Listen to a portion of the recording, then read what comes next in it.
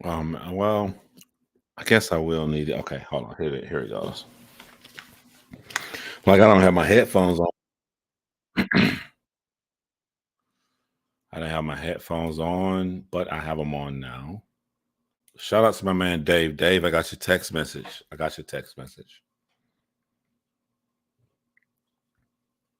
Guys, it means a lot.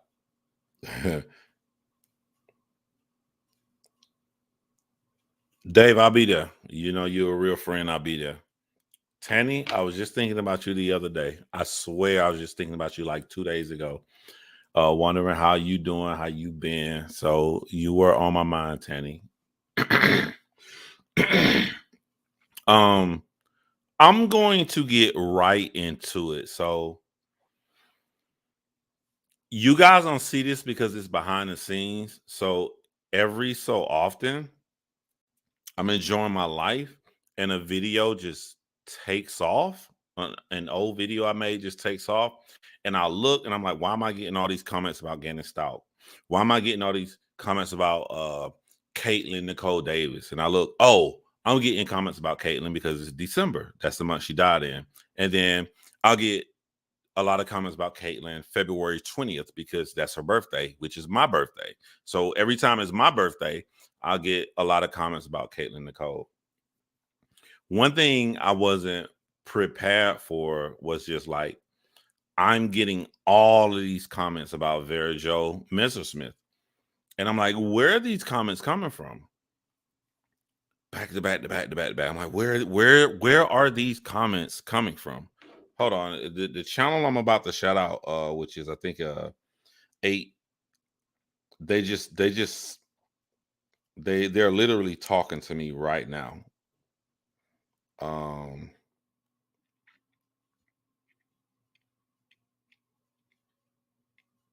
so 8MC Investigations, which I'm going to talk about. They probably there's like a 98% chance they're gonna watch this. I'm saying I don't know if it's one person or a group of people. I don't know who they are, but I'm gonna give y'all the backstory. Shout out, what's up, Miss Lee? What's up, Rose? Thank you for your video you made a while ago on Caitlin Nicole Davis. I had the same emotions you did upon hearing about her story and videos. Bless you too, Rose. Um, so this is what was happening. Um, I pick up my phone and it's all these notifications about Vera, and I'm like, "What's going on with Vera?" It must maybe 2020 did a special on Vera. Maybe Vera got an episode on a true crime case. It got to be something going on. So I start commenting back and asking people like, "What made you watch my video?" And no one would respond back. And then one person said, "I saw you because there's a channel that did these interrogation videos on the people that was involved with the case." And she listed the channel name, which is 8MC Investigations. So I click on 8MC Investigations, and when I go to their channel, my eyes are huge. I'm like, oh my God. Because I just love when someone comes with new information. I'm not one of these people that sit up here and post about stuff when there's no new information. And the fact that all of us have covered, well, a lot of people have covered Vera, but none of us have these interrogation videos. So I was so excited. I was so happy to see this information. So I clicked on the channel and I'm like, let me tell you guys something, man. Like, and you guys know I shoot it to you straight. I don't beat around the bush. For some disturbed reason, people don't want to shout out other channels. People don't want to give other channels props per se or whatever. They think that they are the masters and have some control over the case. And I just have never been that way. If I see something that's really really good, I'm going to point my audience towards that. And I saw something really really good with this channel. I thought that they were huge because the amount of views they've gotten in the past 2 weeks is way more than I've ever seen on Vera. but they're right around 40,000 subscribers. So for them to put in the hard work, whatever they did to get these interviews, um, I want you guys to. I'm begging you guys to do me a favor. Even if you see me play something from their channel, please, when this live is over with, go over and click play. Go over and click thumbs up because they put in the work, and I want them to get the recognition, especially as they giving me recognition. And for those who haven't been here, shout out to my boo boo Megan. For those who haven't been here, I felt really sad when I dropped my documentary on Vera. This is gonna end in a good way. I did my documentary on Vera. It took me about 4 months to do this documentary. 4 months. A lot of painstaking, crazy stuff going on behind the scenes. A lot of stuff that's going on. But when I finally dropped the Vera documentary, I got like 5,000 views. That's it. And at that point in my YouTube quote unquote career, I was really thinking, you know what? It is what it is. I don't know how YouTube works. I don't know how to do marketing with YouTube. All I know how to do is put my real heart and my emotions and my feelings into stuff and put it out there. And whatever happens, happens. So I got 5,000 views. A year later, those 5,000 views may have went to like 15, 17,000. And just over time with people telling their story. Um, if you look at my channel, my most viewed video is the Charlemagne the God video. It had 400,000 views in 4 days. It was easily going to hit 1 million views within a week, but I had to put it on private. You had legal stuff going on. You had people coming out the woodwork saying, I'm using a portion of this, using a portion of this. I just never connected emotionally to the view count.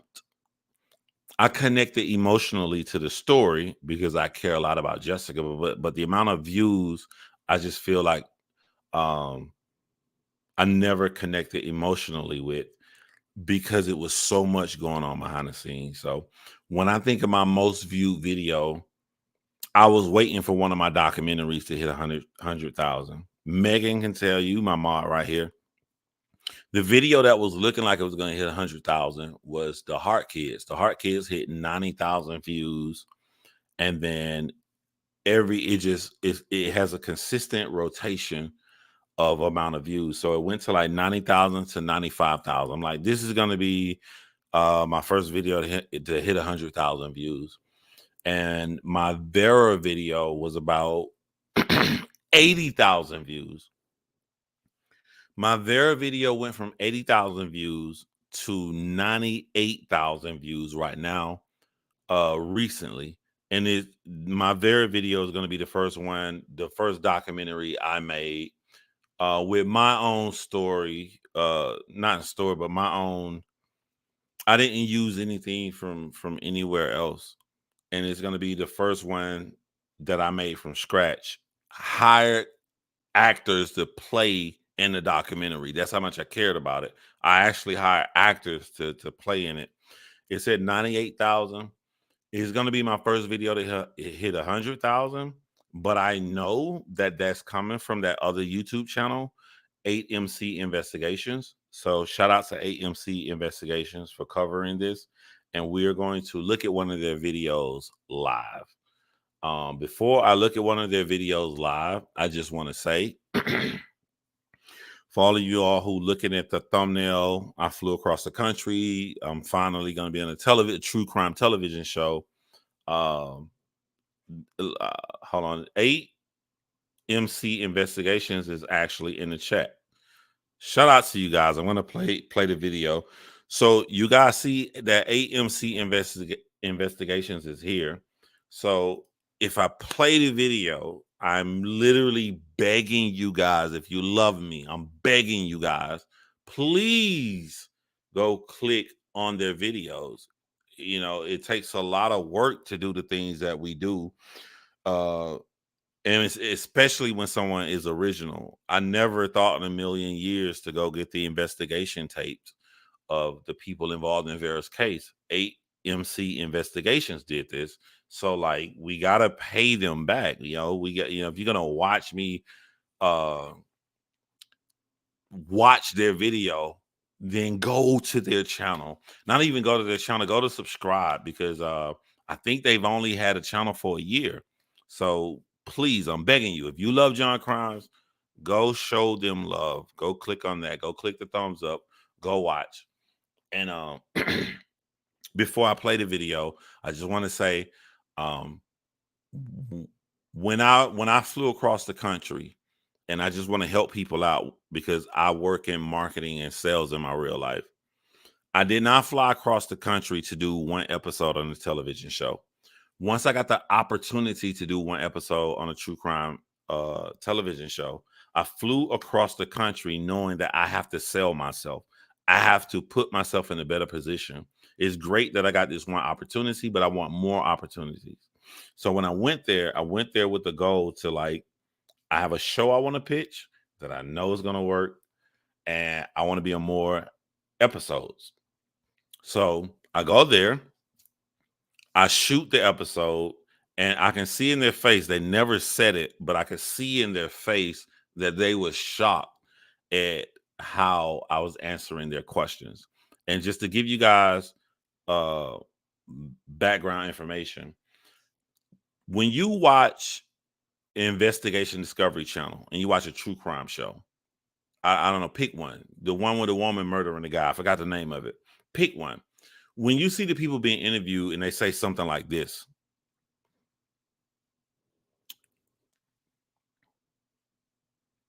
I couldn't believe it because it was almost 8 p.m. 8 p.m. is the time Sherry come home, but she's not home yet. They are not just saying that. People are pitching them questions, and they're pitching them questions to answer in that specific sort of way. So they'll ask them like, so Sherry came home at 8 p.m. and no, Sherry normally comes home at 8 p.m. How would you feel? How would you feel if you knew Sherry didn't come home at 8 p.m.? This is not only for true crime show, this is for reality television. When you watching Love is Blind or your favorite dating show, they're pitching these people questions to answer in a certain way. So because I knew this, when I'm sitting there with all the lights on me and stuff, and they answer me these questions, and I sit down and I look up and I answer in the perfect way, they felt, and again, they didn't say this, I just saw it in their face. They felt like, oh my God, this guy is fucking perfect. He's never done this before. Like that, I got a lot of kudos. I told you guys that they wanted me on television because they saw my YouTube channel. I was wrong, but I was wrong in a good way. They wanted me on the television show because I shot Karen Bodine's documentary when I was in Washington State. When I shot that documentary, I reached out, and this is what I'm saying, don't be selfish. Like I'm showing 8MC Investigations love. You show love, you get love back. I did that documentary with two women who have one of the biggest true crime podcasts in Seattle. So when they asked those women, who is a person that we can get for this television episode, and both of those women recommended me. So the good part about that is I got recommendation from something I'm doing personal out of my own pocket. No one gave me anything. It's just me in the state of Washington driving, filming my own documentary, and from involving other people, then I got the recognition. Another good thing about that is once I realized that they had never seen my true crime channel, they don't know anything about me. They just know someone recommended me. So after I filmed, um, I'm like, I gotta sell myself. I gotta sell myself. So I said, I want to send you guys something. I want you, they were already really happy with what I recorded for them per contract. I want to send you guys something. So I sent them my Jaron Lockhart documentary. Once I sent them my Jaron Lockhart documentary, they were even more blown away. They were like, this is not our biggest show. Our biggest show is such and such. Once they said the name of the biggest show, I was like, oh my, I've been watching that show for years on Investigation Discovery. And they was like, yo, we just wrapped filming such and such. We're about to film the new season in May. We would like to bring you on to be a regular guest on every episode. I wanted to cry. Yeah, like when I heard that, I was like, I can't believe what's going on. They want to bring me on. So then after that, I told them I have a degree in creative writing. I'm in school right now to get my master's in English and creative writing. Um, I write everything that you saw in the Jaron Lockhart documentary. Uh, I'm basically pitching the hell out of myself to move into just more than being a commentator on every episode. And then they said, we're going to get you in contact with our writing department for their episodes on Investigation Discovery. So I'm saying this, like when you get your shot, embarrass yourself. Just don't care about anything. Go for what you know. AMC Investigations, you guys still here. You know what I'm saying? You already did one thing. You showing love to another creator's channel. If you ever get this opportunity, fucking sell the hell out of yourself. And if you ever need me to pitch something for you all or any connect that I have, I'll extend that to you all too. That's all I wanted to say before I play the video. Excuse the snoring. I got a Frenchie behind me, but that's all that I really wanted to say. I wanted to try to inspire other people, man, that you can do it with love. You can do it with love. You ain't got to do it with hate. So without further ado, I want to play this video from, but I want y'all to, I need some recognition right now. Before I play their video, I need some recognition. I just want to know that AMC Investigation is going to be okay. Type a 1 in the chat if no matter what I play tonight, you're going to go click on their channel and you're going to go and give them a view too. Just type a 1. I just need some verification that we gonna support each other tonight and always support each other. Type of 1.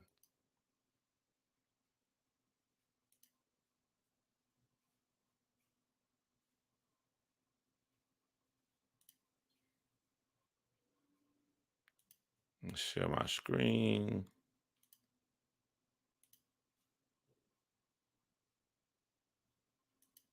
Okay, we should be good. I already saw a big hug around me. Yes, big hug, Megan. I don't know, Megan. I don't know what I can say because I want to say like how.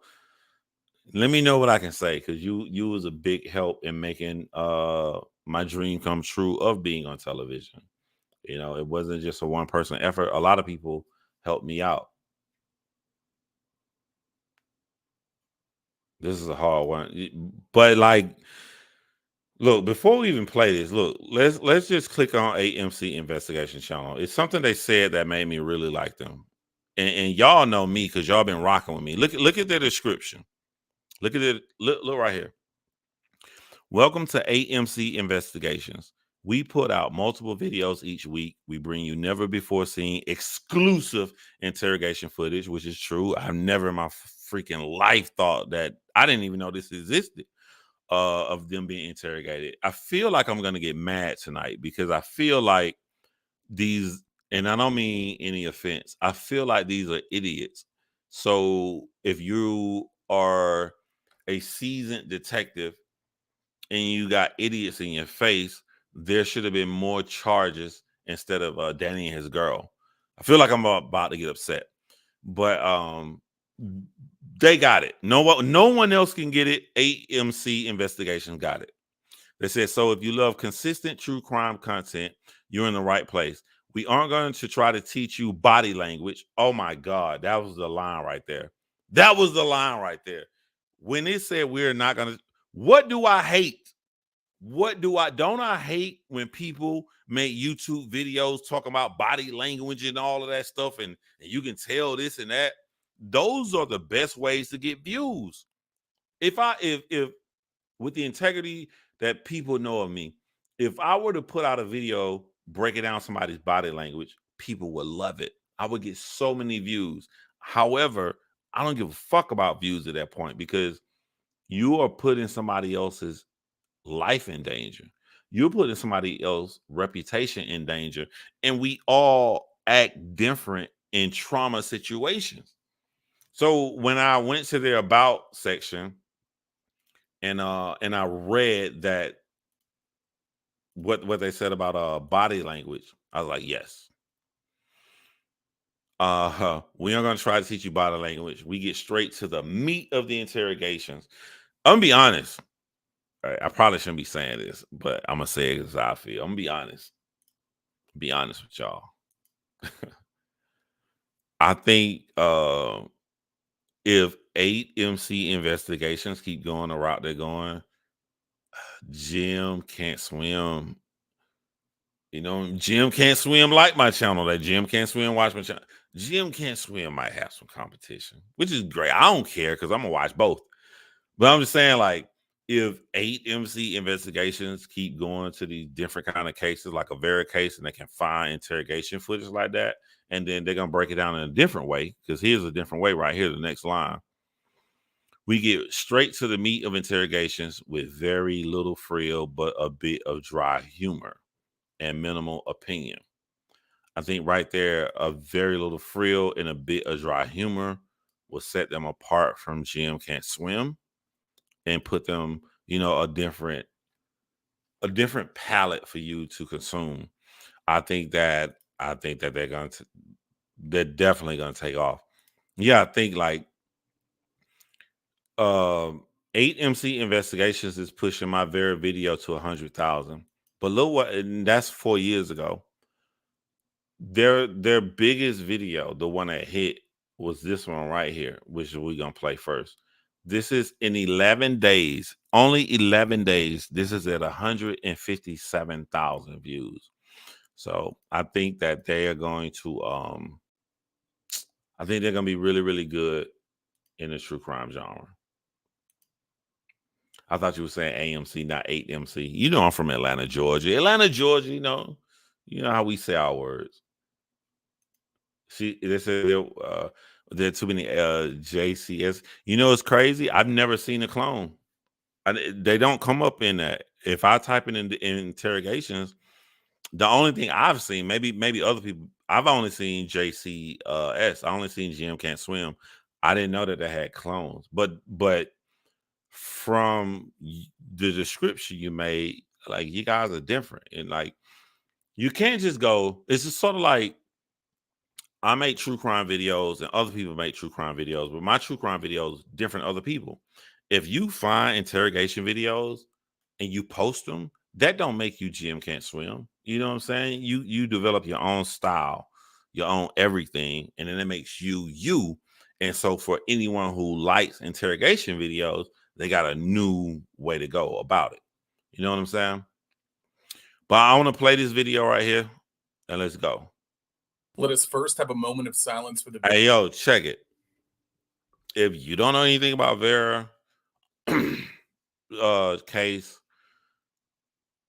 I'll say right now, viewer discretion is advised because there was nothing.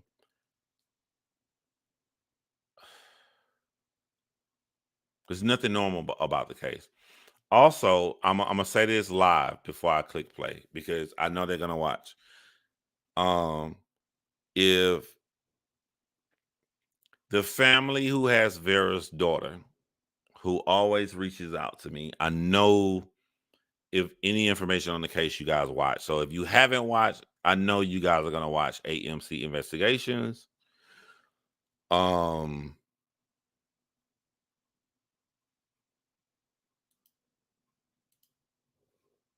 I think they're trustworthy if you wanted to reach out to them behind the scenes. I will put that out there. For people who know this story and know Vera's little baby, the family that adopted her baby. She's a big girl now. She looks just like her mom. At first, she didn't look like her mom. She just looked like her baby picture with those big blue eyes with really long hair. And then something happened in her little preteen years where she looks exactly like Vera right now. And I've made it a point to keep them private. I don't show any photos that they send me or anything like that. I just keep the information very private. But the family that adopted Vera's daughter watches all of this stuff, and they keep in contact with me. So I'm gonna put that out there too. Victim in this case.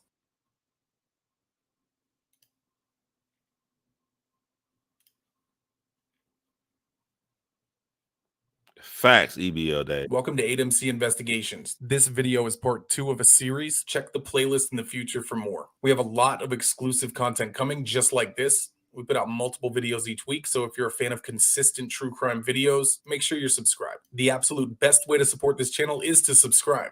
Hey, yo, AMC Investigations. I'm gonna call you 8 from now on because I'm tired of saying that long word. A lot of people don't know this, but Jim Can't Swim is an entire team. It's not one person. I don't know if you one person, or I don't know, who all behind it. Jim Can't Swim is a whole full-on team. And if you appreciate what we're doing here, hit that like button. Let us know we're moving in the right direction. Okay, enough rambling. Let's get into it. This is a horrendous story with some absolutely abhorrent people. Vera Jo Regal was a 24-year-old mother of one. She lived in Findlay, Ohio, with a family that some have compared to the Manson family. There is an excellent documentary that I would urge all of you to watch that will give you a very good idea of what these people are. The link is in the description below. Vera... I could be wrong. I'm like 98% certain the guy that made this documentary passed away.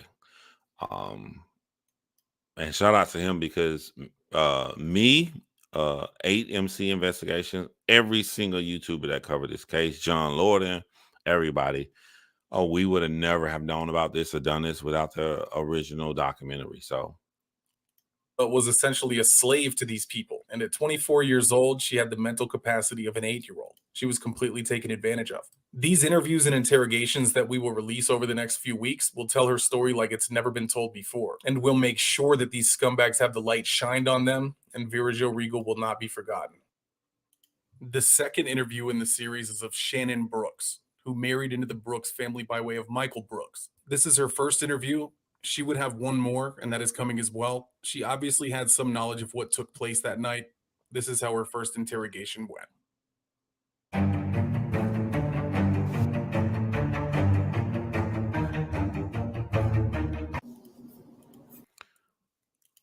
if you don't, I'm totally fine. Totally fine. Keep your stuff to yourself. Either way, it's cool with me. But I'm curious, how did you get these interviews? I mean, how did this come about?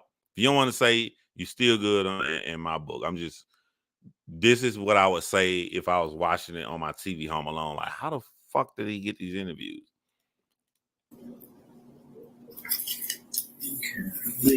Anything changed? Address or anything? Mm-hmm. When I talk with you Sunday? Mm-hmm.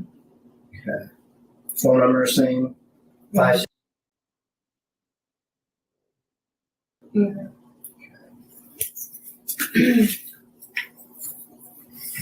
Okay, so what brings you up here today? Well, I had gotten some information that I was getting arrested. Okay. Because I guess the interview I did on TV, Channel 11 News, and I'm getting told by a lot of different people that I'm the one that's going to end up going to jail for it. And I mean, I can't.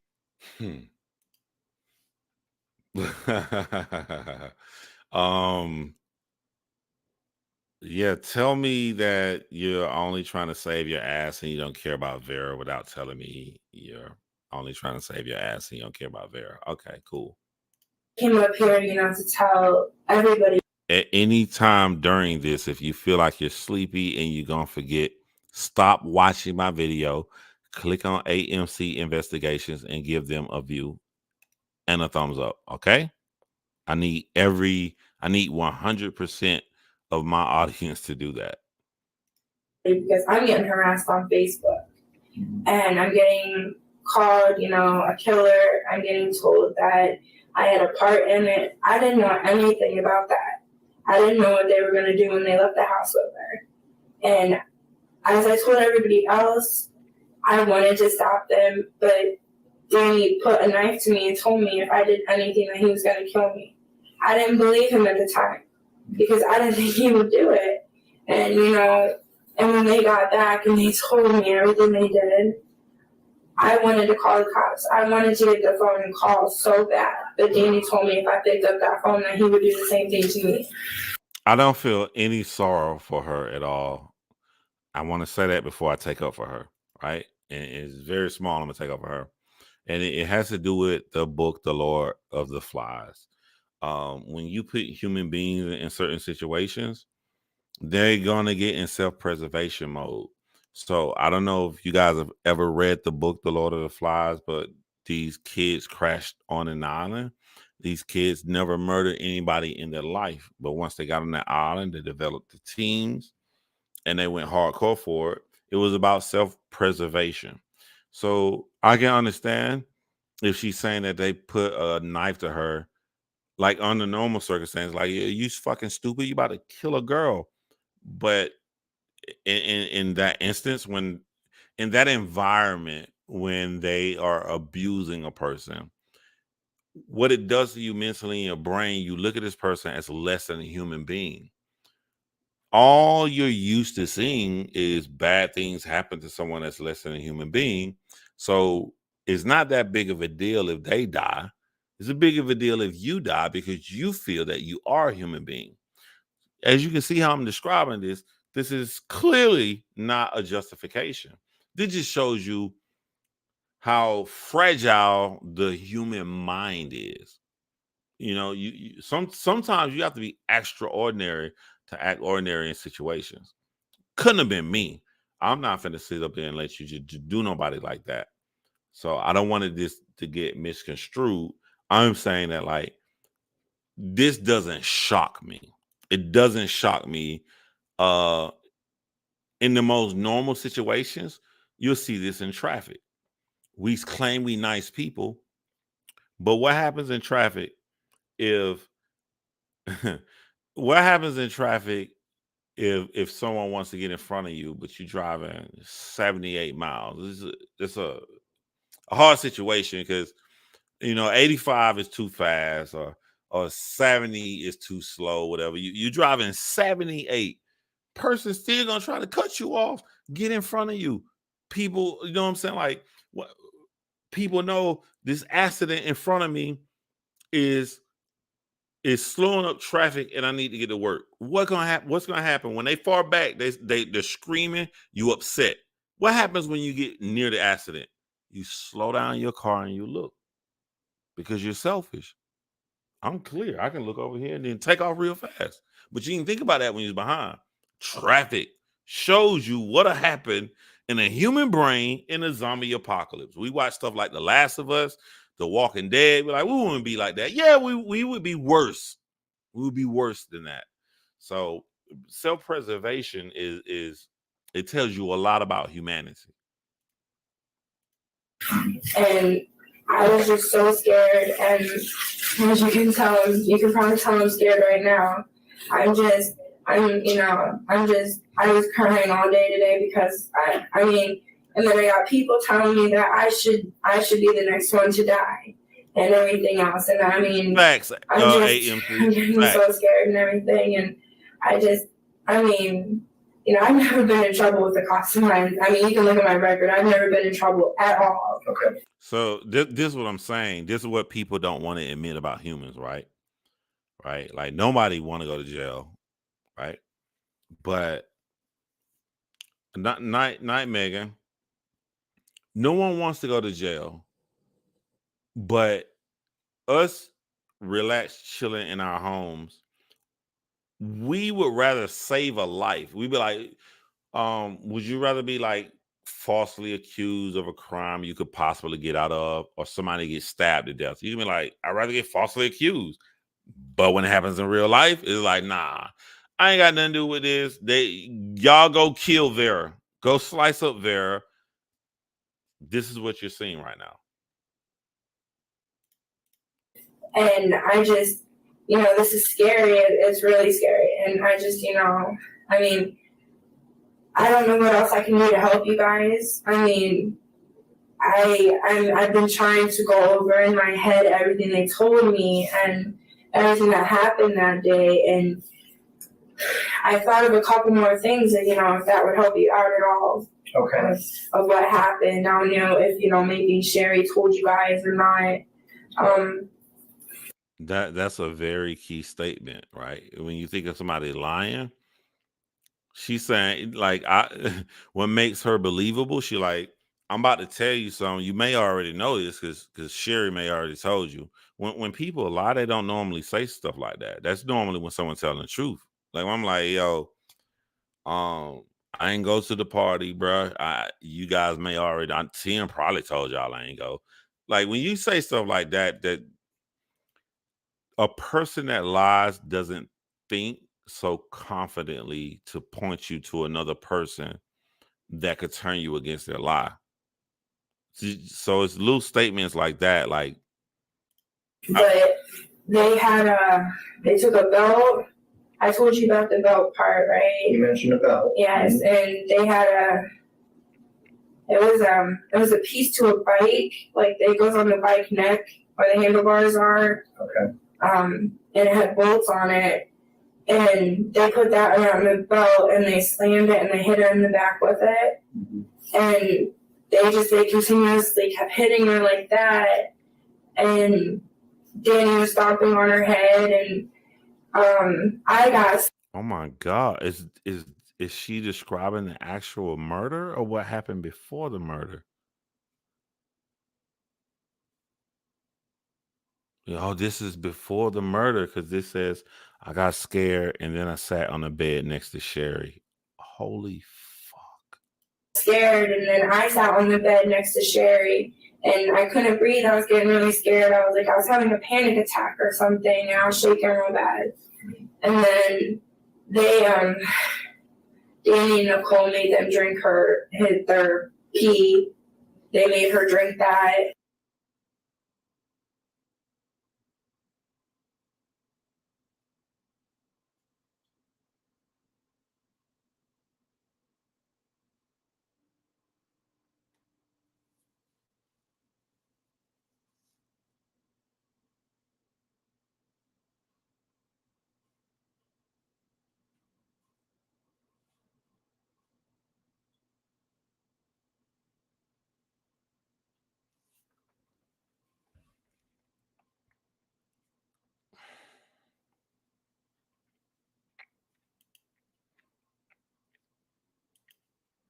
They put that around the belt, and they slammed it, and they hit her in the back with it, and they continuously kept hitting her like that, and Danny was stomping on her head, and I got scared, and then I sat on the bed next to Sherry, and I couldn't breathe. I was getting really scared. I was having a panic attack or something, and I was shaking real bad.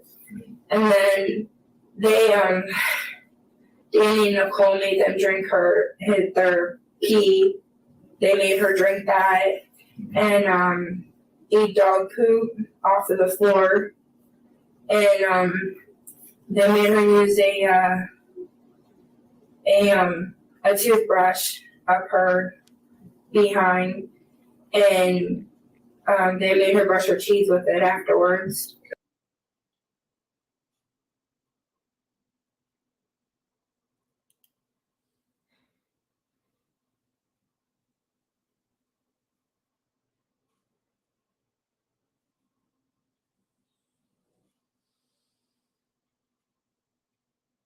Wow.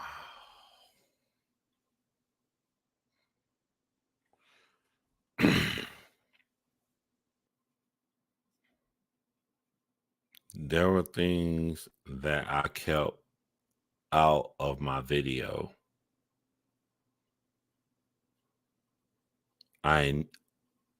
Someone said I can't hear my sound. Type of one if you can hear me. I'll wait till you guys type a one.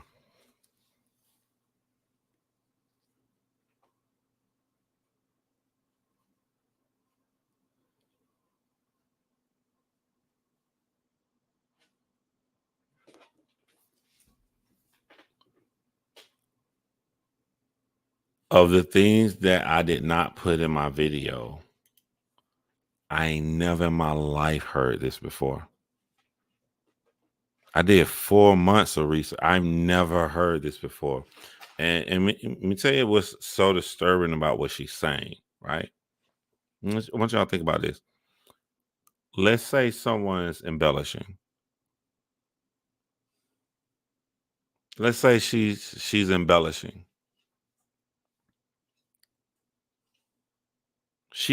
What you hear is so disturbing. And I'm holding my arm out like this for a reason. It's so disturbing that even if she's embellishing and she dials it back, it's still disturbing. Even if no toothbrush went there, the truth of making someone eat that.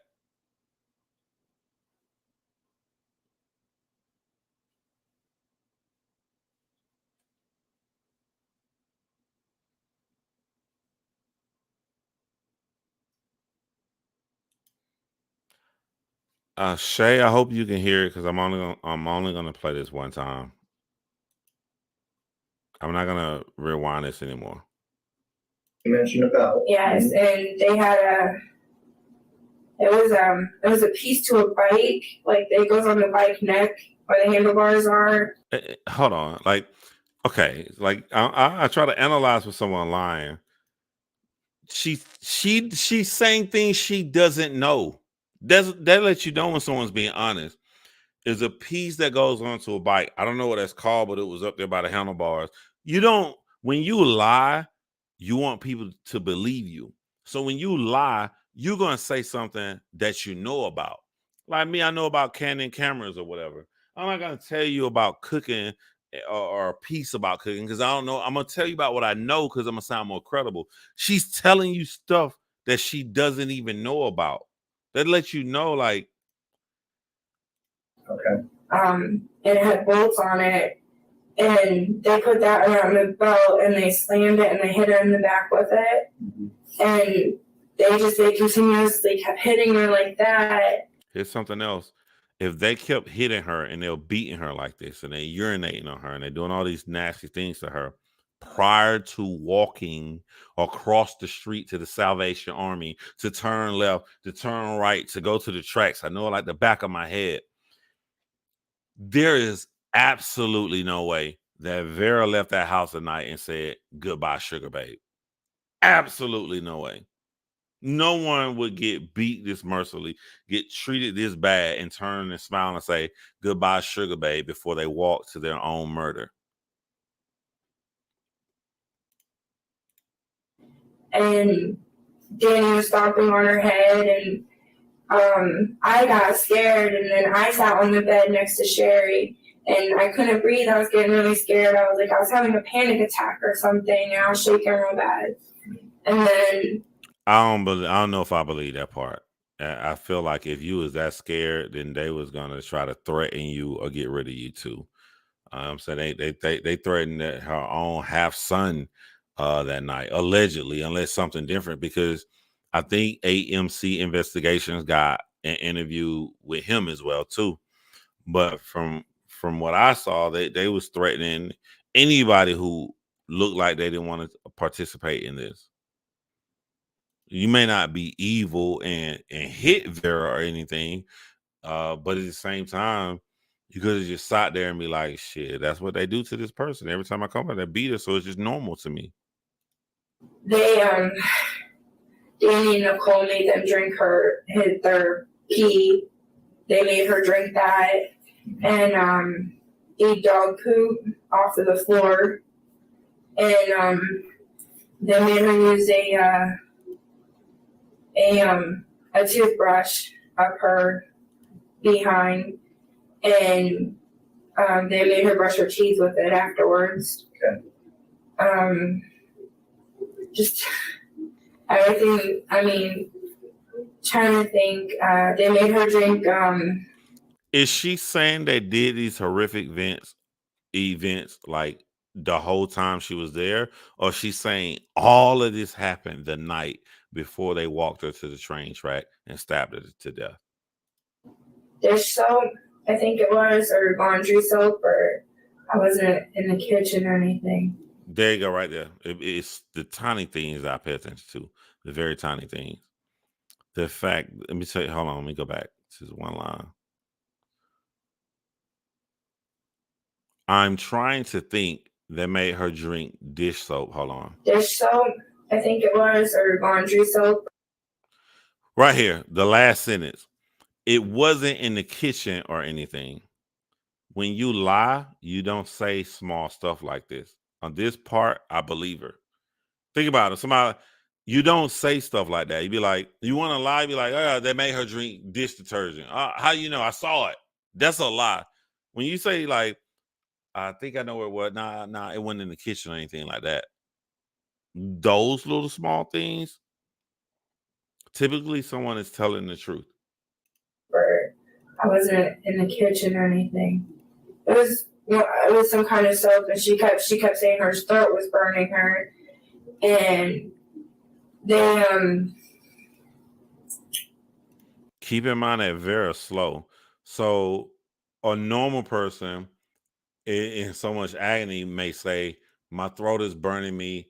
Please, please, please stop doing these things to me. Please, please stop. If Vera's slow and this is her life that she lived, it's normal to her. So Vera would probably say, my throat is hurting because her throat is literally hurting, but may not beg for them to stop because this is the life that she's living as being mentally capacitated. they had I think it's called mace or pepper spray or something, and they sprayed it in her face, and her face was burning, her eye was swollen shut and stuff, and they hit her in the face real hard and made her lips swell up really bad, and it was just I didn't know what to do. I mean, I was so scared.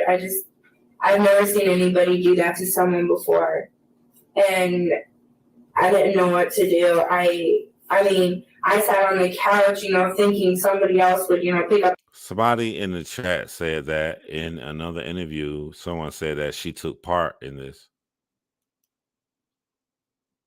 The phone and, call the cops or something. And I just think that everybody in the house was scared because no one's ever seen Danny like that before. Yo, fuck this bullshit. How, like, I don't know. I just skimmed through AMC Investigation channel. I haven't seen any of their videos. How can there be multiple interrogation videos, right? 2 trained detectives, and none of these people get arrested to this very day in 2023. No one gets arrested except for Danny and his girlfriend. Like, look at what she's saying. This shit making me snap. I'm thinking about her. I'm like, nah, I'm looking at them 2 dudes in the button-up shirt across from her. Even as my job to arrest everyone possible. There's no way I would sleep better at night. I'm only gonna get these 2. Look at what these people did to this girl. And I mean, that was the first time I ever met him. I didn't know him before then. And I mean, he had just gotten out of prison and no one would tell me why. And, I'm going to post a comment. AMC just said, I want to do a deep dive on the deals the police made because there had to be immunity given or something. You do it, I'm definitely going to watch. Like, this doesn't make any sense. And until you guys showed up on the scene, I didn't even know that there were interrogations of everybody, because if you think that they only arrested the Danny and his girlfriend, like, you just You wouldn't think that no one. Okay, this is what I'm saying. I feel I'm intelligent enough that like if only Danny and his girlfriend got arrested, I never spoke to anybody else in an interrogation room, because if I spoke to one of these idiots, I would have broke them. I would listen to what I'm saying. If Danny and his girlfriend only got arrested, then you were 0%. You were 0% on breaking anybody to get them arrested for the conspiracy. It was a conspiracy to murder Vera. Danny and his girlfriend physically killed her, but they just came from out of town. They didn't really care about killing Vera that much. The conspiracy came from Sherry and her sons, the whole clan inside of the house that was torturing Vera. So you are 0% as a seasoned detective of solving the conspiracy and everything that took place. That would have never happened with me. That would have never happened with me. I would have never been able to live with myself, that I knew that it was more than this dude and his girlfriend from out of town that wanted to walk down the track with Vera and just kill her. And so, like, that's the biggest thing, without even watching them yet, that these interrogations show. Like, you motherfuckers are willfully incompetent in your job as a detective. You know, it's just, I got really scared and stuff. And my husband, you know, when he found out that Danny had held a knife to my my left side of my neck, my husband, you know, he was trying to protect me and stuff. So, you know, he got in between me and Danny and told Danny, you know, to stop because he was going to end up hurting someone really bad. And I guess I'm just like really scared. I don't know. I'm really worried. I can't sleep at night now because I'm just worried that, you know, something's going to happen. I don't like her reactions, but I got to be consistent to what I preach. You know what I'm saying? Like, she doing a small laugh, close off her hand, all that stuff like that. Like, that's not typical how somebody will react, but you never know. You never know. I heard, which I'm gonna find out. I don't think I'm gonna find out on this live because I'm not gonna play all of AMC Investigations. I'm gonna watch that shit by myself when I leave you all. But I'm interested to hear what other people said that was her involvement in the torture of Vera before she left the house to be murdered.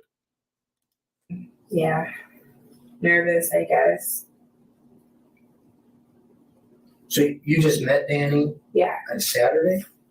No. When did you meet him? That's your only question, bro? Like, come on. Like, I've never been to school to be a police officer. I'll be asking her right now, of all that shit she said, that's your first question? I'll be asking her, when you said the toothbrush, when you said they urinated on her, made her eat feces, who did you physically see from your eyes made her do that? I'll be getting her to say names. Out of all that shit she said, that's your first question, bruh? That's your first question. He first showed up, which I don't know what day it was. I had just got home from my aunt's house. It was last week, so I think it was Monday of last week that he got there. And that was like, I didn't meet him till Tuesday because he got there at like midnight or something, and I was asleep. So I met him on Tuesday, and that was like the first time I've ever met him, and no one told me anything about him. So. And that's some information, you know, there's some more there than what you had told me the other day. So maybe we need to go over, you know, Saturday's events again. I think that's a good idea. We'll start If going I over the events can again. remember, I took my medicine earlier. I got issues with my head and stuff from an accident 4 years ago. So I take medicine, and it kind of makes my memories and stuff a little. But I can try to. I mean, right now you feel okay though. I mean, you know what day it is today? I know it's Tuesday, I think. Tuesday. Right? Yeah, And Tuesday. you know what date it is? Yeah, it's a 29. I think. Yeah. I mean, right now you're feeling okay. Yeah, I mean, as far as going back to Saturday, I mean, I can try to. I'm not, you know, when I told you on Sunday, I hadn't taken my medicine, so I had good memories. But I mean, I can try to. I mean, Okay. so. Okay. Let's do. I'm not gonna lie, she's setting it up for if she can afford a really great lawyer, um, she's setting it up to make all her testimony dismissible in court. Which is kind of sad anyway. I don't know if it's on purpose or I don't know if it's out of fear. I only know what I see. Yeah, let's start with Saturday. I mean, I know in the morning you got up and you went to the food Giveaway, yeah. giveaway, they call Yeah. it, yeah. I'm trying to remember what time it was. I don't remember offhand now. It I was know it was early in the morning. 5:30 in the morning. Yeah, Okay. Who'd you go with? I know my Kevin. husband, Michael, Kevin, and Scotty. Okay. Yeah. Yeah, you remember around what time you guys got home? 10:30, 11, somewhere around there. Who all was at the house when you got home? Sherry, Garth, Zachary, Chucky, Danny, and Nicole. And then, of course, you know, me, Michael, Kevin, and Scotty when we got home. So. Look at how many people was in that house. All those people in that house. And Danny and Nicole just jumps up out the blue and say, hey, we'll be back. We're going to go murder Vera really quickly, who they don't know, who they don't have history with. They just came in town. The police really thought these were lowlifes. We know the people at the track. Let's lock them up and close this shit up. That's exactly what happened, bro. That's exactly what happened. And the baby was there. Okay. Vera, did you say Vera? Oh, yeah. Yeah, Vera too. Sorry. Sorry, just wanted to make sure. What was everybody doing? Facts, Alley Cat. Sleeping. They were all sleeping when we got home. Chucky woke up right when we got home, so then Chucky was up and Vera was still asleep. Sherry was kind of dozing off after she took her medicine, so but the boys were still asleep. So Sherry was sleeping in her room, Right. in the bed. Mm-hmm. Where was Vera at? She was in her room on the bed. There. Okay. Where did Vera sleep there? There's a room off of the living room. It's got yellow walls, and that was her room in there. She had her bed and dresser and stuff. And that, so she wasn't in there though. She was in Sherry's. No, she was in her She was in her room. Yeah, room. she was in her That's room. right. Yeah. Okay. So go on from there. What'd you do after that when you got home? After I got home, I went upstairs. Or no, I'm trying to think. I went and changed the baby because she was quiet. She had just woken up, and by then Sherry had woken up. So I went in and changed her, and I got her dressed. I'm confused. I'm sorry, I don't have common sense. Somebody help me out. She said she went and changed the baby, but she stopped. And then Sherry woke up, so she went to change her. Her words is her. Is she changing Sherry? Like, I am not joking with y'all. I apologize if my common sense. Did she go from stopping from changing the baby to go change Sherry's underwear or some shit? Let me look at the comments.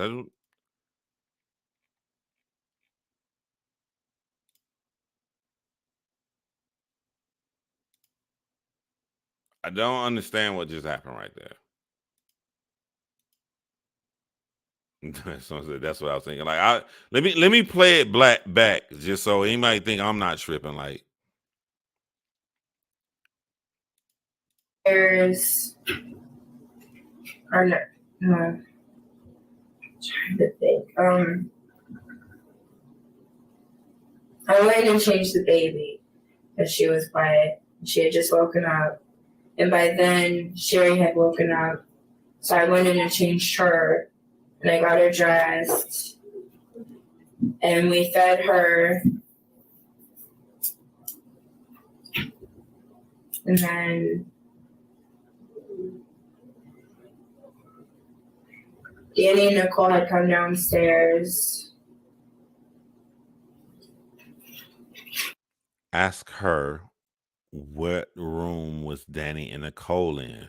This is very important. And if they ask her after this, I'm sorry, I'm jumping the gun. I'm just like this would be shooting off my mind. Did Danny and Nicole come out of Vera's room like they was talking to Vera, or did Danny and Nicole come out of Sherry's room and Sherry told them take her down the track and kill her? Like, I really hope when I unpause this, one of you two dweebs ask her shit normal citizens know without ever going to school to be a detective. Please.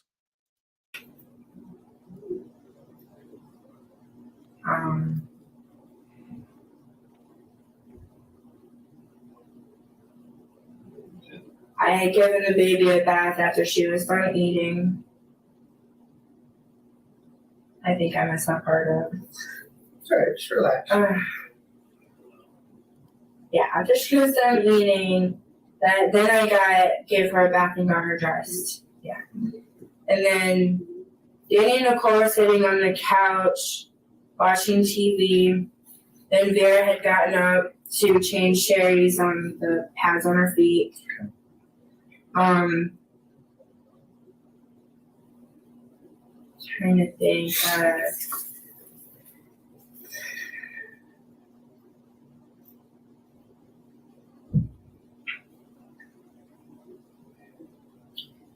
Vera said something or did something that she shouldn't have did, I guess. I'm not sure.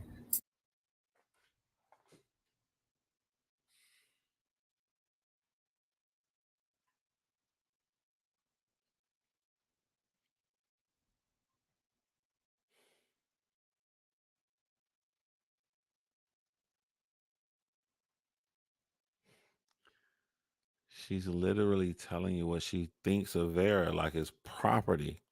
Her, even with being nice, even with snitching. Like, how can a grown woman do or say something that she was not supposed to do or say? What she just said here is the validation that all of them said for wanting to kill somebody. She didn't do as she was told. She didn't say what she was told. She's not property. She's a human fucking being. And it'd be the little shit people say that tells on their personality. What did Vera do or say that she wasn't supposed to do or say?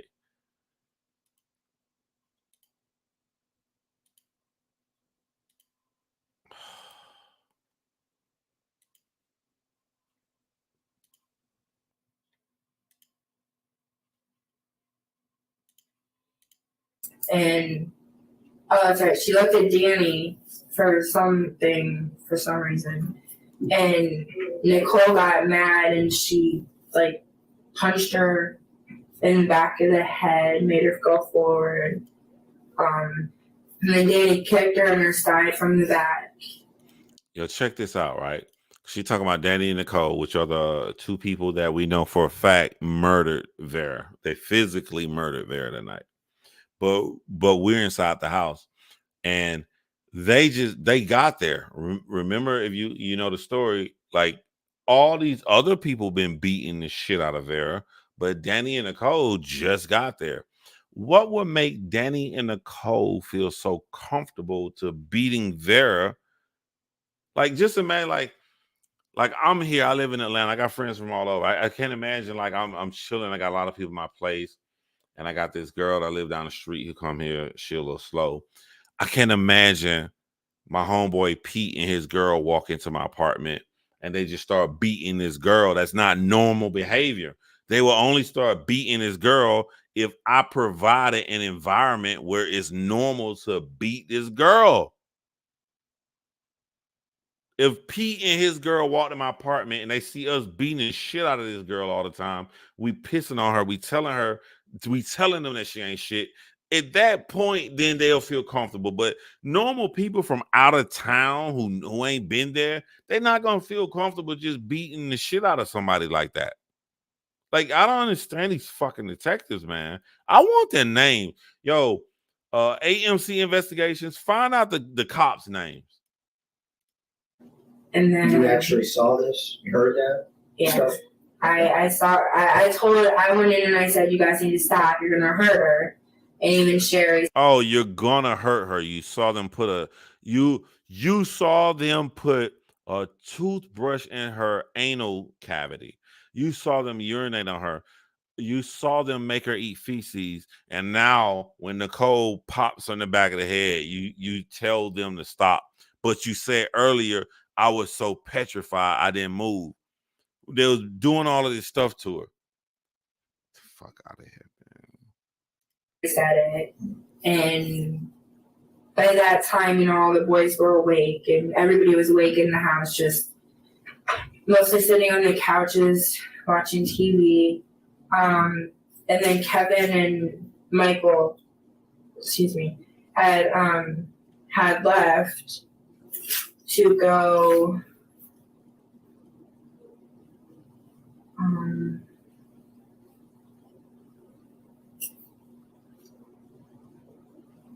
They left to go somewhere. Can't remember where.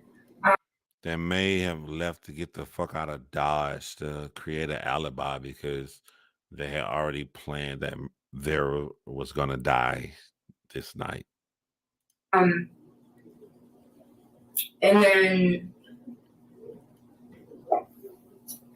Vera, she got up to go to the bathroom, and I looked over and I seen Nicole follow her into the bathroom, and I was sitting on the couch watching the baby, you know, so she wouldn't like go in and step on mom's feet or anything. So I was sitting in the living room watching her play and stuff. And I heard Nicole in there yelling at Vera in the bathroom. And Vera was like crying or saying something.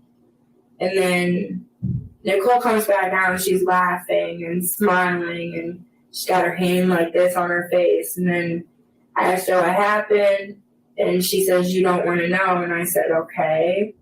And then Vera comes out and her hair's all wet and she's covering her face like this, like her eyes are hurting her. And when Nicole was, you know, out of the room, I asked Vera what happened. And Vera said that Nicole had put her head in the toilet and made her drink the water.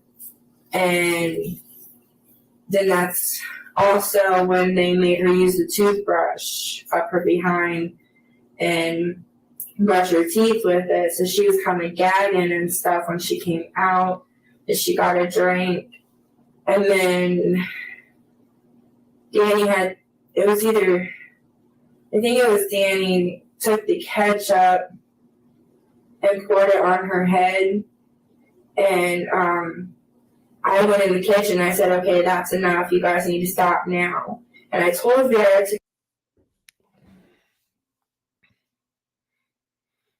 Even when the little boys got mad on the island of Lord of the Flies, murder was inconceivable. They were still little boys that haven't been away from society enough when their plane crashed on this island. Even though they formed two different groups and went their own separate ways, the murder was not on their mind. It never happened in their real life. But all it took was for one incident. This one incident, instead of them seeing it as one incident, this one incident turned them all into their brains was full of rage. And now all of a sudden they will murder anybody. They murdered the overweight kid on there. They wanted to murder the kid that was leading them with the conscience first. And I'm saying this for a reason, like, you know, at this point, Danny and Nicole had never killed anybody in their life. But if they're going to kill somebody, like when you talk about brushing your teeth with feces, toothbrushes, and pouring ketchup and urinating on somebody, like the levels they're going, they are in the same manic mode as those little boys were towards the end of the book, Lord of the Flies. They are there. They're not in like anything that comes to their mind, and they're just not looked at as being a human being at all. They're willing to try. They're willing to do. Again, these are new people in town who don't even know Vera like that. To go back in Sherry's room after she had gotten the ketchup out of her hair. And I told her, just go in there and sit down, just don't do anything, just don't make her mad. And then Danny looked at me and said, why are you protecting her? And I said, because you guys are going far enough, you guys need to stop this. I thought you was afraid. If you was that afraid and they just put a toothbrush inside this girl's anal cavity and doing all this horrific stuff, pouring ketchup and stuff on her. If you was afraid before this happened and you see them do another person like this, why would you not be afraid? What made you go from I'm super afraid to move to I'm gonna stand up and say what you're doing is wrong? What made that contrast happen? They're hurting her. So she went back in there and sat down. And then after Michael and Kevin had gotten home, I had went upstairs for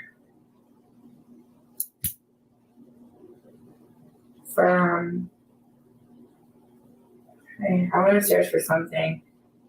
Then I came back downstairs and I heard like a noise or like something coming from Sherry's room. And Sherry looks over at me and says, you need to come in here. And I said, okay. And that's when they were hitting her with the belt with the little bike part on it. But they just saw you, in your own words, afraid and then taken up for Vera. So why would they purposely ask you to come in the room to see this? Like if I'm with a group of friends and we about to smoke some weed, and I got another friend who I like, but I know he don't want no part of weed. I don't want him around us. He gonna blow my fucking high. I don't want like yo, you my dude. Go over there. We'll be over there in a moment. Why would you invite somebody to see violence when they're showing you that they are so afraid they possibly could snitch on you or this could be a future problem? I don't know, man. This shit seems weird. I went up to Danny and I grabbed it, or I didn't grab him because I was afraid to. I went up and I tapped him on the shoulder and I said, you need to stop right now. And they lifted up her shirt and her back was black. I mean, it was black and blue and purple and yellow, and it was horrible, and red. And when she kept holding her head like this and she had her head down, and I thought, her head was bleeding or something. I agree with you. And so then that's when Danny put the knife to my neck and told me,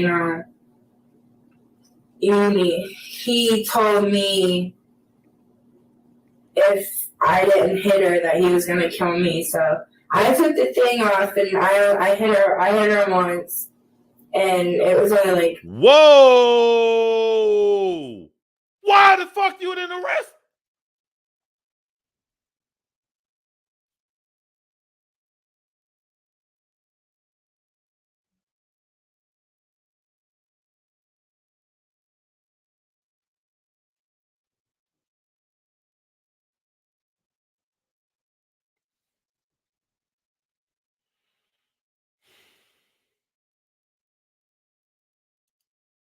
and so then that's when Danny put the knife to my neck and told me,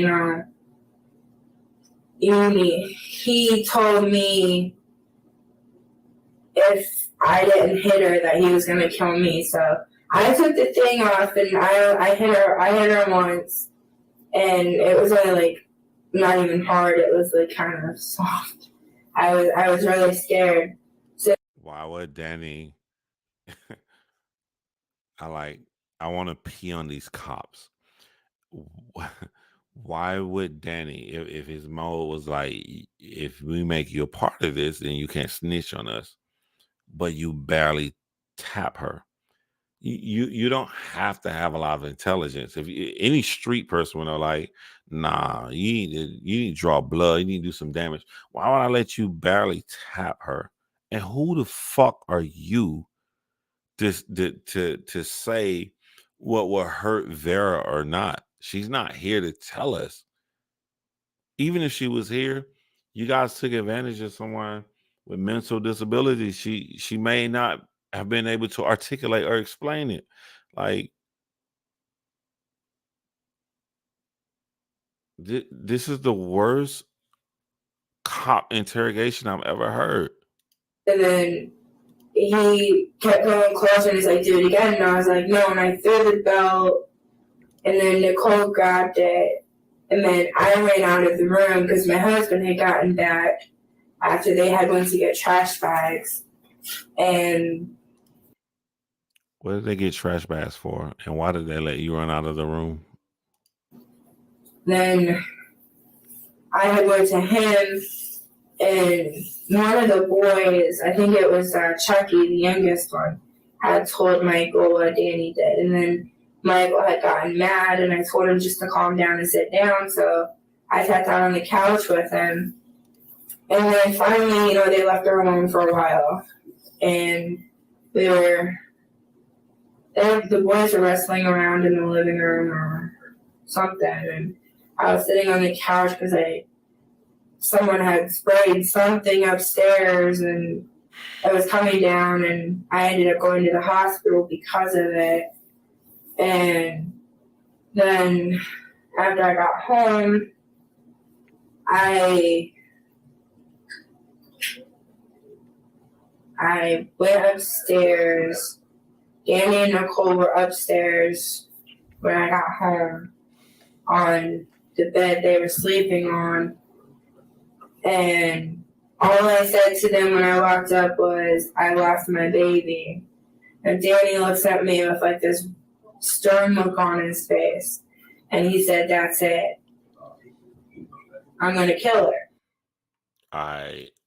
I'm fucking lost. And I covered this case for a while. I'm fucking lost. Okay.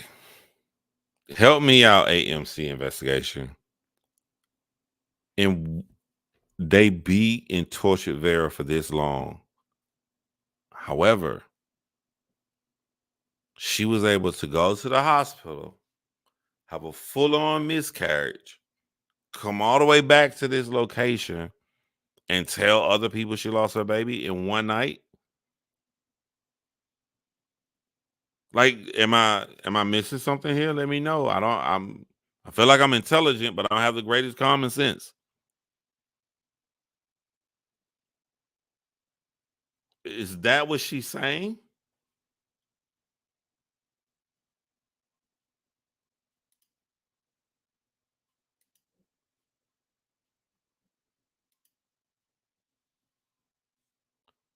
I'm just saying, like, if you go to the emergency room, I don't care if I went to the emergency room for this cut on my finger, a tiny cut on my finger, that's a 5-hour commitment to the emergency room at night, especially on a weekend like they talking about, like around midnight sometime.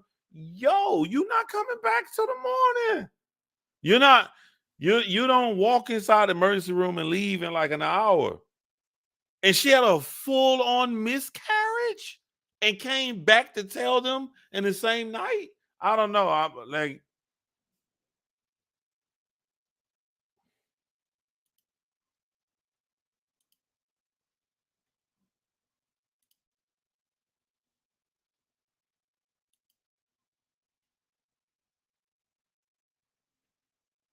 that's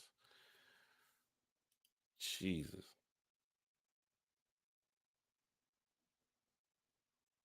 I believe you, Deborah Rose. And that's why I'm judging the police officers.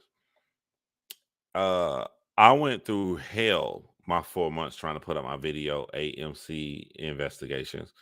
I'd be curious to know what you was thinking. Like, well, what happened from your process of learning about a case called Vera Jo and then finding out all this crazy information about it? I would love to see what you would think. Love to know what you were thinking about.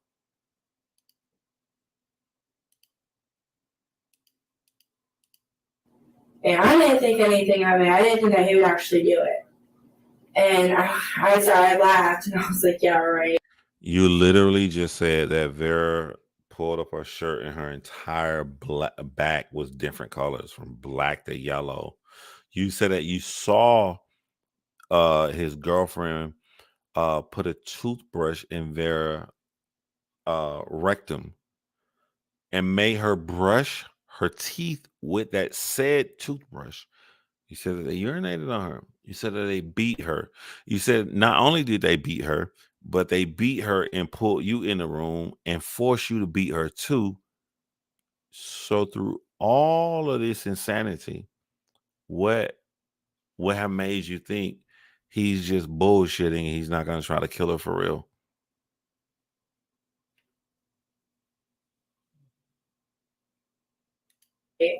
And I walked in my room.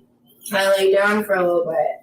Well, I went back downstairs and Vera was getting her shoes on. And this was around 9:30. Yeah, it was around 9:30. And I walked down and I asked Vera, I was like, where are you going? And she said, well, Danny and Nicole want me to go with them somewhere. I was like, okay. And I had asked her again, I was like, where are you guys going? And she told me, well, I'm going to meet up with my boyfriend. I don't want to walk alone. I said, oh, okay. Which her boyfriend at the time was Larry Spence. So. Oh, is that the black guy they were blaming this on? Is that his name, Larry? I never knew his name. But they was making up some story about she's going to meet, she's a black guy. Oh, my God. We figured, okay, she's going to meet up with Larry, and then she'll probably go with him for a little bit. So they left. Then about a half hour later, they came back around 10:05 or 10:15. And they walk in, and I was in the kitchen getting the baby a bottle because she was almost asleep. So I was going to give her a bottle and lay her down. And then Nicole walked. And that baby is going to watch this video. That baby is a preteen now. That baby, although has a perfect, nice life with great people, still wants to know about her biological mother, Vera. I'm not saying an opinion. I'm saying facts right now.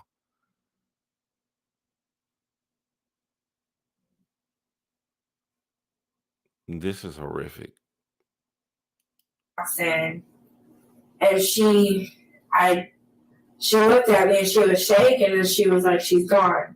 She's gone. She kept saying she's gone. And I was like, what are you talking about? And I was scared. I was like, oh my God, please tell me you didn't do anything. And she's like, don't worry about it. Don't worry about it. And I was like, and I stopped. Like, I couldn't talk or anything. I was like, oh my God. And I ran into Sherry's room after handing the baby the bottle. And I went to grab the phone, and Danny's like, if you call the police, I'll kill you just like I did her.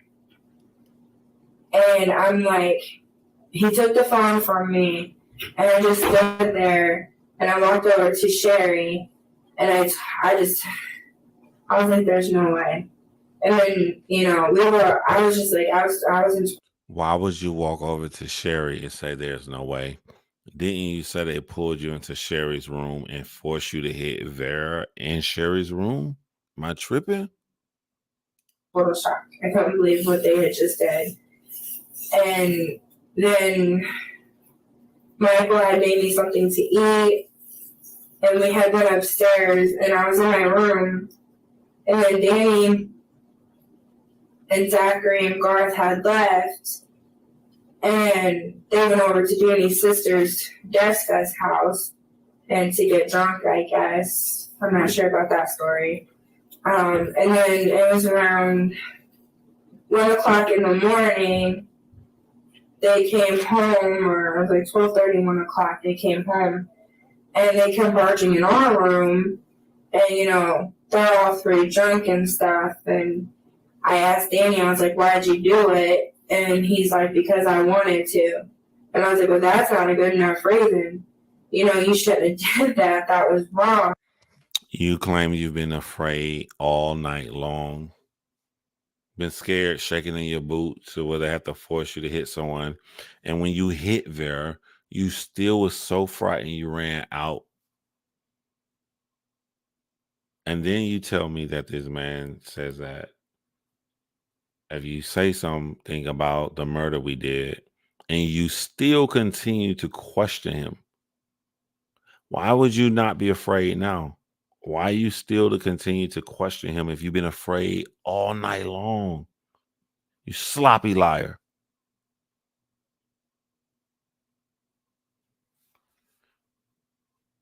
The cops ain't said nothing yet. I mean, she didn't deserve that. And all he did was look at me, smile, and say, "Yes, she did." And that's all he said to me. And then he walked out. Nicole had passed out on the bed, and I laid back down, and I had my TV off, and I was trying to listen, see what they were saying. Well, Danny's sister was downstairs waiting on him, I guess, to go to her house or something.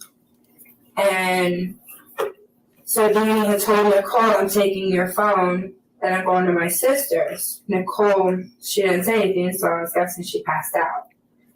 And so then Danny left, and then we all pretty much just went to bed. Brace yourself. You're probably going to get a little sad. The whole time that this is going on, her story, I want you guys to remember that Vera is laying on the tracks bleeding. And she's not laying on the track. She's laying on the rail because they put her on the rail because Sugar Babe said that if the train can come, it can turn into hamburger meat. So at this point, I can't even say Vera's fighting for her life because she can't live. Her throat is slit all the way across. She's fighting for evidence. She's fighting to put herself in between the tracks so the train won't run her over, so they can find her body and know who killed her. And everything she's describing right now is happening at the same time that Vera is trying to get off of the rail of the railroad tracks. Sad. I mean, well, Michael had gone downstairs because Zachary and Garth, they were drunk and they were puking and stuff, so he helped my mother-in-law take care of them. And then he went to bed around 5, and I finally fell asleep around 3. So that's pretty much everything.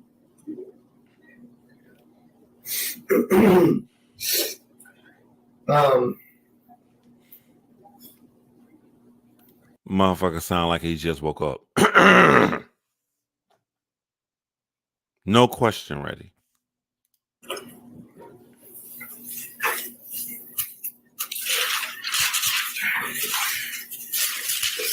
No, sorry, talking.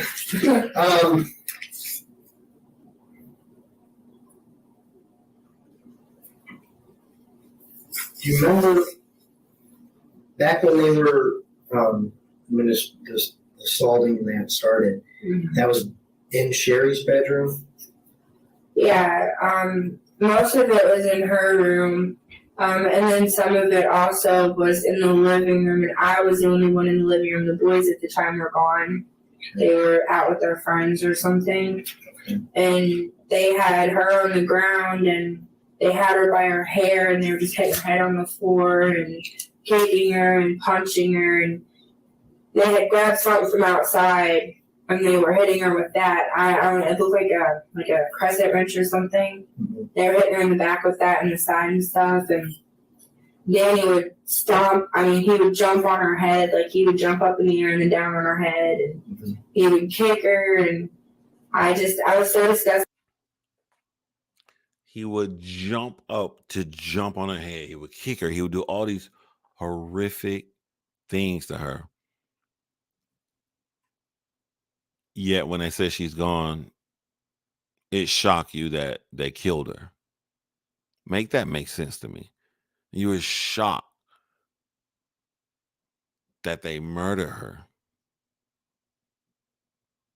After doing all of this in your face. By it, but every time I tried to, stand up and do something, Danny would push me out of the way and tell me no. And I mean, it's just, I wanted to stop him. And I mean, it won't get out of my head. It won't leave. And yeah. This information that you've said today, you didn't tell it to me on Sunday when we talked. Right.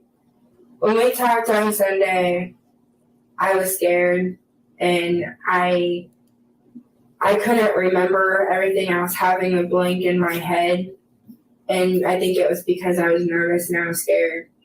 And then, I told my husband, I was like, I gotta tell them the rest of the stuff that I know. I don't want to withhold information because I don't want to get in trouble for that. And I said, you gotta take me up there. I gotta tell them the rest of the stuff, and it hit me. I don't really give a fuck about Vera. I gotta snitch to make sure I save my own ass. You feel me, Officer Quiet and Officer Quiet too? I have to snitch and tell you all the stuff that I saw. I'm gonna lie. I'm gonna make it look like I didn't partake in some of it, which I did. But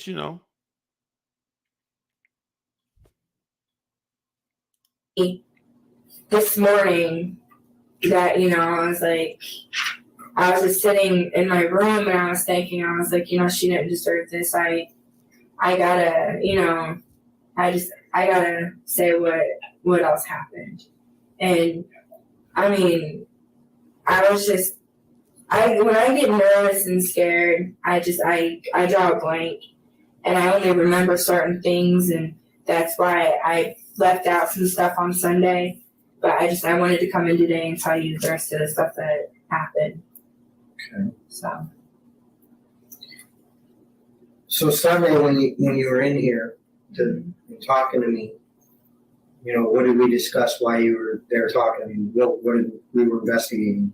Vera's missing, or Vera, yeah. Vera was missing, right?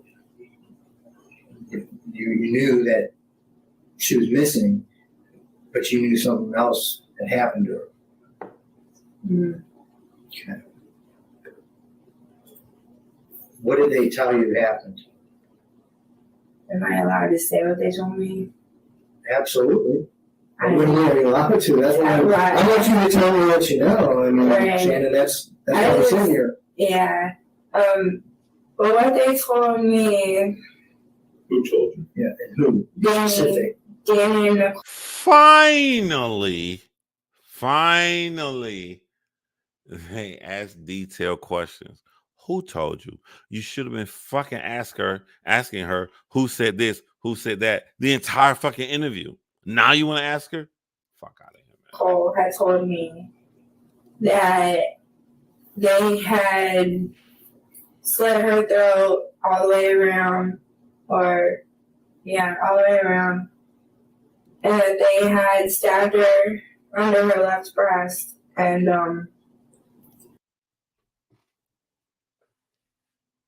under her left breast. That's very detailed. Throw this motherfucker under the jail with Danny and Nicole. And that they had stabbed her in the heart, and they had took the knife and they put it up her behind, and they had twisted, and that they stuck it up her vagina, and they also did the same thing.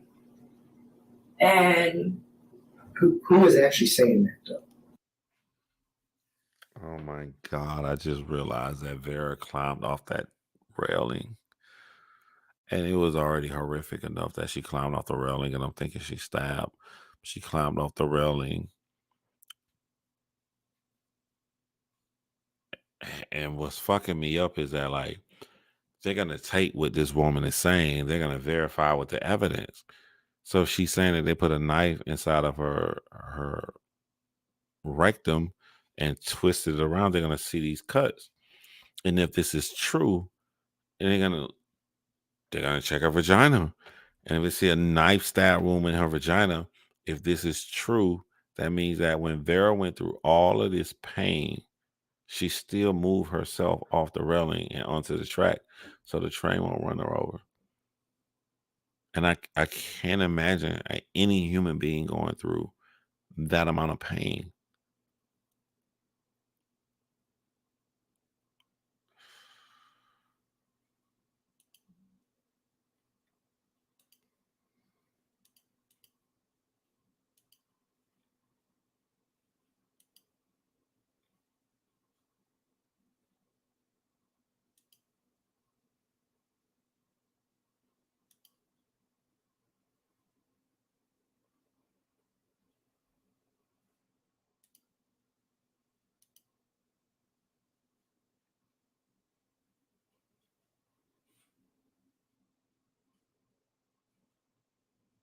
Hmm.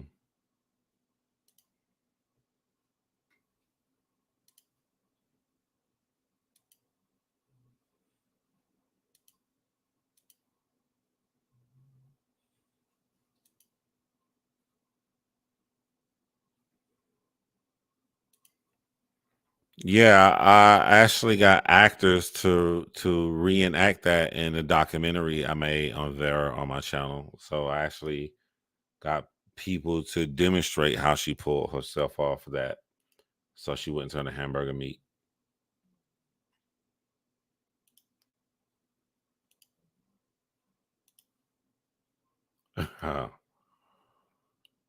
I feel you. I didn't know this stuff, like this is what I knew was horrific. This is beyond horrific. This is like, I just don't understand it. Like, if I'm one of these two cops, I'm not happy I got Danny and Nicole. That's a fucking given. I would have took down a whole clan. I would have never been happy with just having Danny and Nicole. Which one of them was telling you? Nicole told me that. She was the one mainly telling me everything. Danny was just saying, yeah. And when was it?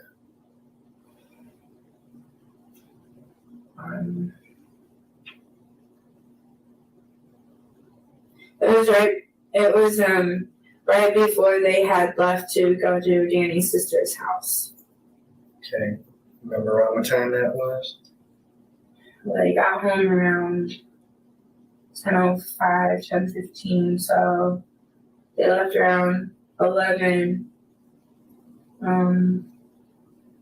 I'd say probably around 10:45, maybe, somewhere around there. And they told me that they wanted to make sure that she wasn't alive. So they put her on the railroad tracks and they laid her across them to make sure that a train had hit her. And I got scared.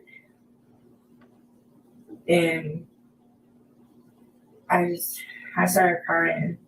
I didn't know what to believe. I didn't even know if it was true or if they were lying or if it was a joke or something.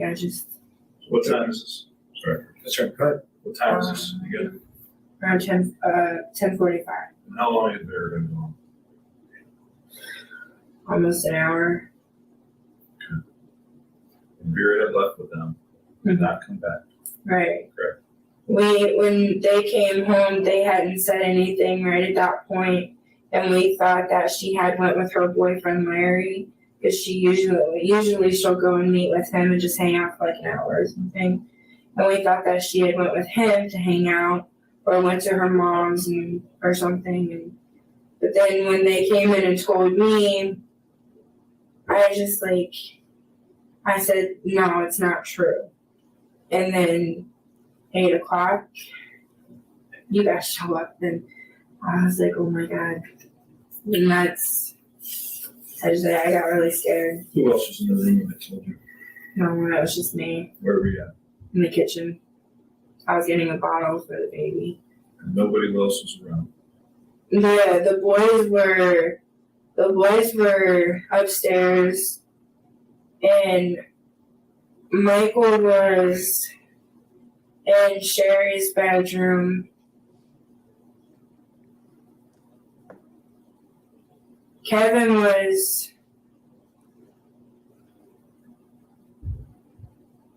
in the living room rolling cigarettes, I think. And the rest of the boys were upstairs with their friends. And I was in the kitchen getting a bottle for the baby. I was the only one in the kitchen, and then that's when Nicole came in and told me what they did.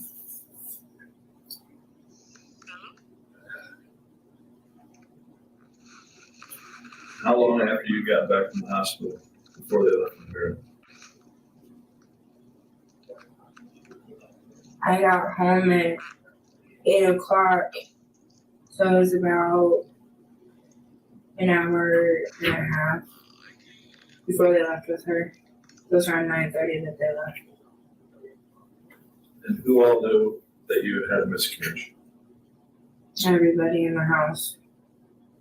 When I came home, I went straight upstairs, and then I came downstairs after Danny had told me that's it, she's dead, and I walked downstairs, and then I told Sherry, and I told the rest of them, and I didn't think anything would really happen, I guess.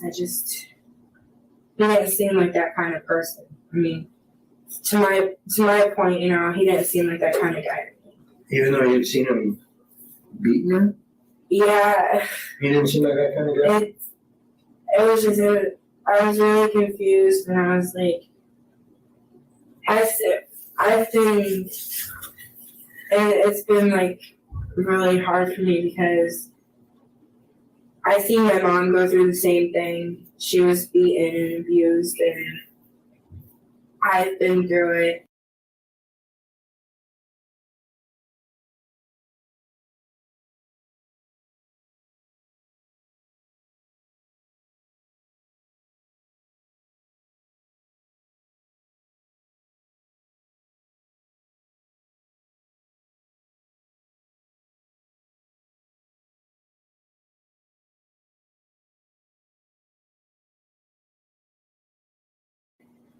But I guess I never look at a guy who beats a person as someone who could really kill someone. It's never really clicked in my mind, and then that night.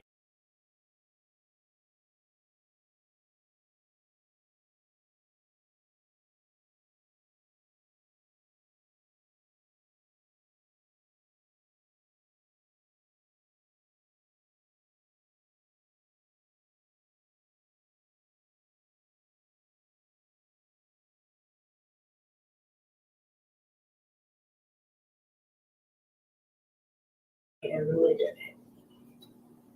I realized that it's possible. And I just,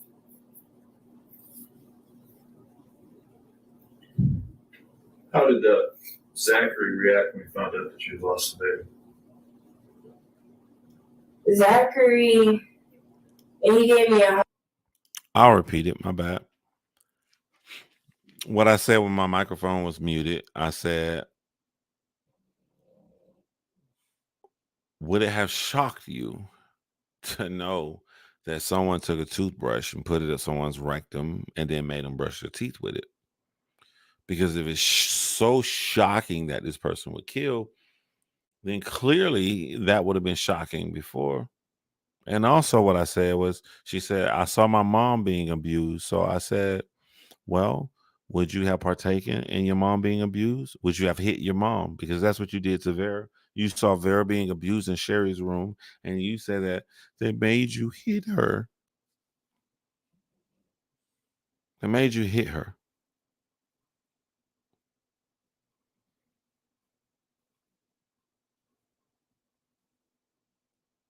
I wish I could talk to her.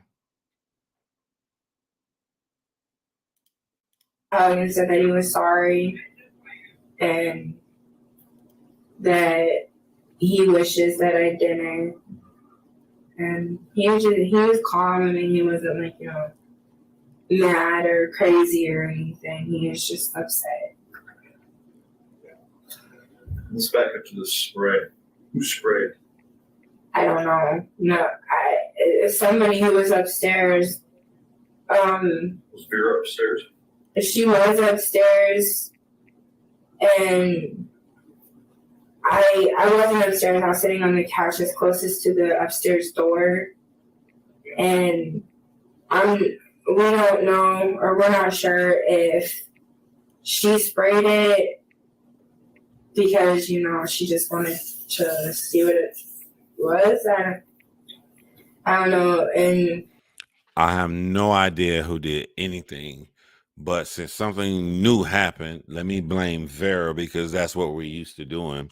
Like I blamed Vera right at the beginning of this interview, so that way it would justify all of the beatings that she took on.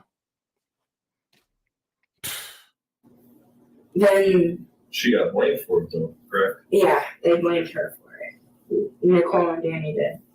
None of us did. We thought, maybe one of the boys had done it or something. And Wait a minute. I got the worst memory ever, but I do remember this. She just said none of us blame Vera, but at the beginning of this interview, she said Vera did something wrong. Am I tripping? The people who've been here since the beginning, am I tripping? Did she not say that she did something wrong?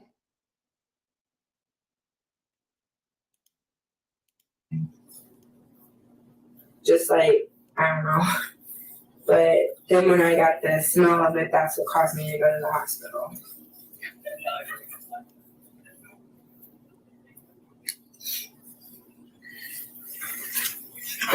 So you're telling me that Danny threatened to kill her, and then Danny and Nicole leave with her, and it doesn't register to you what's going to happen? Yeah. After they beat her repeatedly all day long. Thank you for waking the fuck up and doing your job. And it didn't click in my head until they left. If it clicked into your head when they left, why were you saying that you were shocked that they told you they killed her? What happened? I'm gonna be quiet.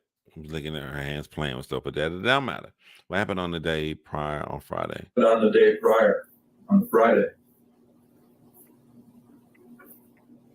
What did you see Danny and Nicole to do her on Friday? They didn't do anything on Friday. They just, I don't know what the difference was. Detective, she's trying to backtrack because I know what you're trying to do. You're trying to say you saw them abuse her before, and now she don't want to say it. So just skip to it. Don't say a certain day. Don't give her a way out. Just be like, okay, had you seen anything prior to Saturday where they beat her like this? Was between Saturday or Friday, but Friday was like they were gone most of the day. They were walking to see his sister at Wendy's, and them and the boys, they went for a walk, and they were gone most of these Friday. And then Saturday, it's like, I don't know what changed.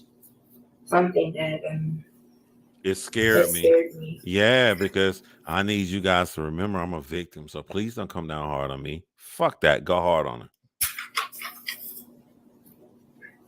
So you decided to come in here on Sunday and not be forthcoming with the information that you had. I couldn't remember everything at the time. I was. Shannon, let's stop that, okay? I don't believe you, okay?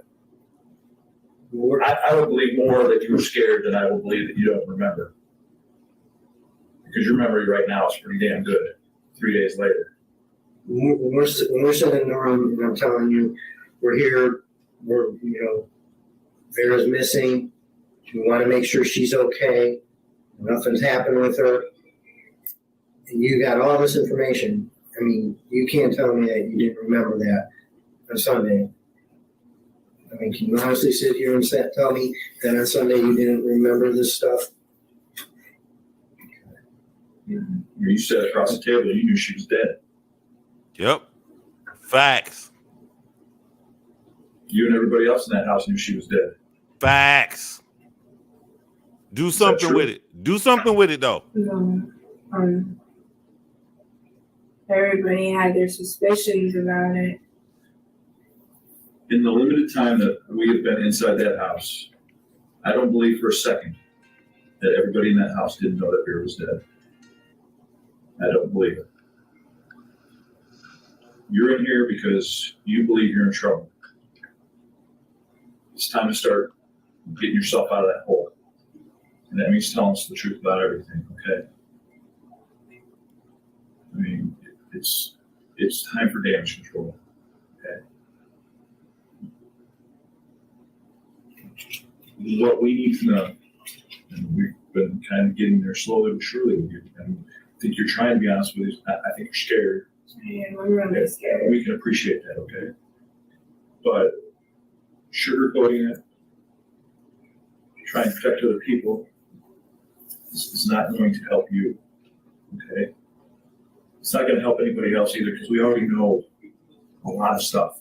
Yeah. And for you to come in here to lie is only going to make it worse on you and everybody else involved, okay? I mean, obviously, you know Vera's dead. Vera was murdered, okay? And whether you want to accept it or not, you're a part of it. Were you holding the blade? Did you do what was done to her? Certainly not. Okay. But you have kept information from us during the course of this investigation. Okay. Mm-hmm. So let's try and fix this as best we can. Okay. And we need you to be honest about everything that happened. Everything. Okay. So let's start back over. Can we do that? Mm-hmm. You want to do that? Let's go back.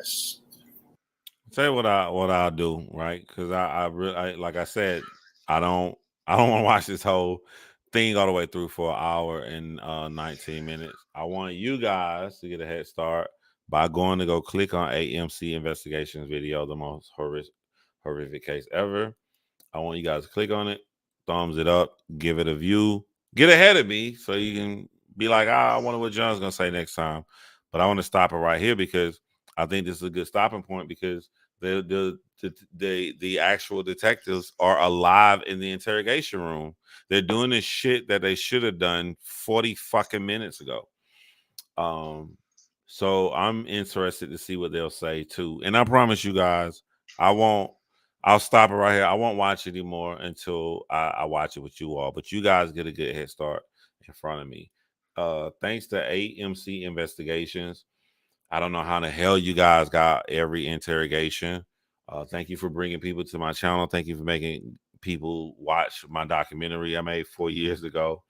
And to everybody else, all the new subscribers that just joined this week, all the people that came over, thanks to each and every one of you all. I really do appreciate that. And there's another creator that has brought out good information too. Put their name here or put their name in the comment section after my live post. You know, I'm all about spreading the love. Yeah, you can say it now. Of course you say his name. Unless it's oh man, don't come over here telling me armchair detective is on the Vera case now. AMC says, let me know, John Crimes. I'll be here for the next one. Like I said, I will start linking your documentary in the Nicole and Danny videos coming up. Appreciate that. And yeah, I'll let you know. My email is johncrimes@gmail.com. So contact me. You need any help, I'm always here for you. Stop it, Paint It Black. You know you fam. But to everybody else, y'all know my slogan. I'll catch you all next time. It's getting late. So don't kill, make a sandwich, and I'll talk to you guys later. That was horrific. That was so horrific. That was insane. That was bad.